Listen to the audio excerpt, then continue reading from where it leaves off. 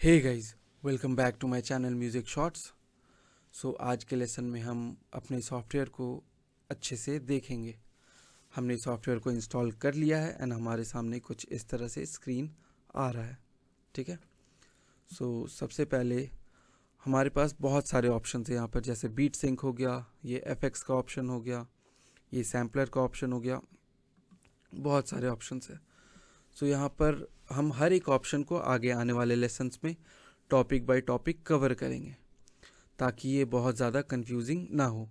इस लेसन में हम अपने सॉफ्टवेयर को शॉर्ट में देखेंगे कि हमारे पास कहाँ पे क्या क्या ऑप्शंस अवेलेबल है। सबसे पहले हम यहाँ पे देखें तो यहाँ लिखा है 1, यहाँ पे लिखा है 2।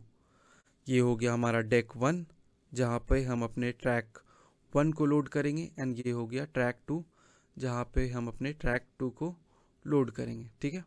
एंड यहाँ पर बीच पे आपका मिक्सर चैनल जहाँ पर आपके दोनों सॉन्ग्स को हम मिक्स करेंगे। ठीक है। ये ट्रिम, हाई, मिड, लो, मिक्सिंग, ये पूरा आपका मिक्सर चैनल हो गया। ठीक है।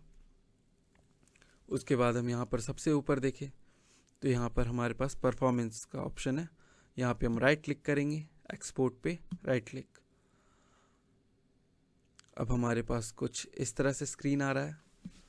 हम किसी भी ट्रैक और सॉन्ग को डाउनलोड करने के बाद उसको डायरेक्ट हम डीजे कंट्रोलर में प्ले नहीं कर सकते।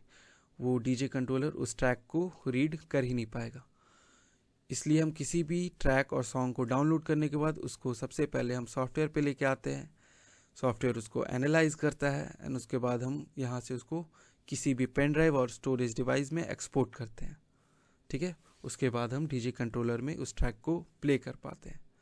शॉर्ट में ये मोड आपको आपकी प्लेलिस्ट को अच्छे से अरेंज करने में हेल्प करेगा। ठीक है।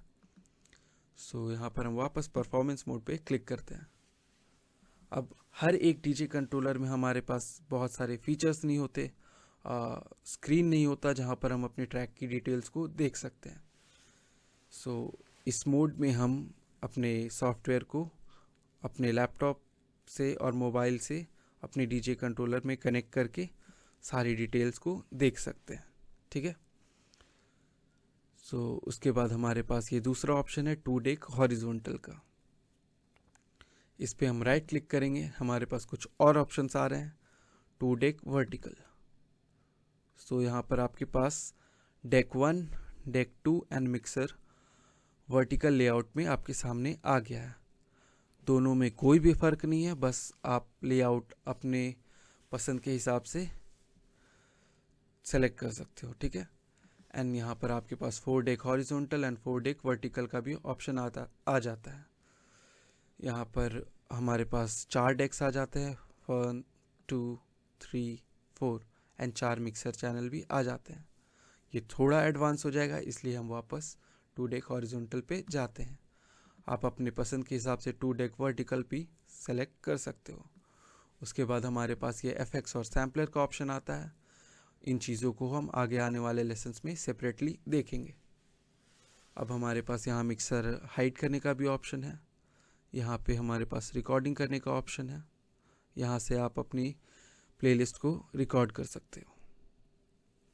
उसके बाद हमारे पास यहाँ कलेक्शन का ऑप्शन है। हम कलेक्शन पे क्लिक करेंगे, यहाँ पर हमारी सॉन्ग कलेक्शन आएगी। ठीक है।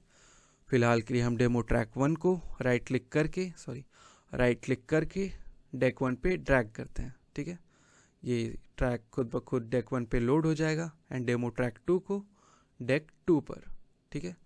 हमारे दोनों डेक में सॉन्ग लोड हो चुका है। यहाँ पर हमारे पास सॉन्ग की कुछ डिटेल्स आ गई है, यहाँ पर बार्स लिखा है। ये सब कुछ हम आगे आने वाले लेसन्स में देखेंगे क्योंकि ये मिक्सिंग में बहुत ही ज़्यादा हेल्प करने वाला है। यहाँ पर आपका बीपीएम आता है। जिनको बीपीएम के बारे में नहीं पता कि बीपीएम होता क्या है, अगले लेसन में आप वो सब सीख सकते हो कि आप बीपीएम को बिना सॉफ्टवेयर के खुद से किस तरह से काउंट कर सकते हो एंड बीपीएम होता क्या है। ठीक है। इस तरह से सॉन्ग की कुछ डिटेल्स आ गए हमारे पास। यहाँ पर सॉन्ग का और ट्रैक का नेम, यहाँ पे उसकी टाइमिंग, बीपीएम, इस तरह से कुछ डिटेल्स है। ठीक है। अब यहाँ पर हमारे पास प्लेलिस्ट का भी ऑप्शन है। यहाँ पे जाके हम अपनी प्लेलिस्ट को अपने हिसाब से अरेंज कर सकते हैं। जैसे ABCD, आप अलग अलग सॉन्ग को कहीं पे बॉलीवुड रख सकते हो, कहीं पे हिप हॉप रख सकते हो। बॉलीवुड के अंदर भी आप बहुत सारे फोल्डर्स बना के उसको अरेंज कर सकते हो। उसके बाद हमारे पास यहाँ पर iTunes का ऑप्शन, साउंड क्लाउड का ऑप्शन एंड बीटपोर्ट का भी ऑप्शन आता है। ठीक है, सो यहाँ पर हम इस सॉफ्टवेयर को ऑनलाइन साउंड क्लाउड बीटपोर्ट से कनेक्ट कर सकते हैं, जहाँ पे आपको सॉन्ग डाउनलोड करने की ज़रूरत नहीं पड़ेगी। आप अपनी प्लेलिस्ट को साउंड क्लाउड पे और बीटपोर्ट पे अरेंज कर सकते हो एंड उसके बाद आप यहाँ पे डायरेक्ट प्ले कर पाओगे। ठीक है, पर इसके लिए आपको एक अच्छे इंटरनेट कनेक्शन की भी ज़रूरत है। सो फ़िलहाल के लिए इस लेसन में इतना ही। हम आगे आने वाले लेसन में और भी टॉपिक्स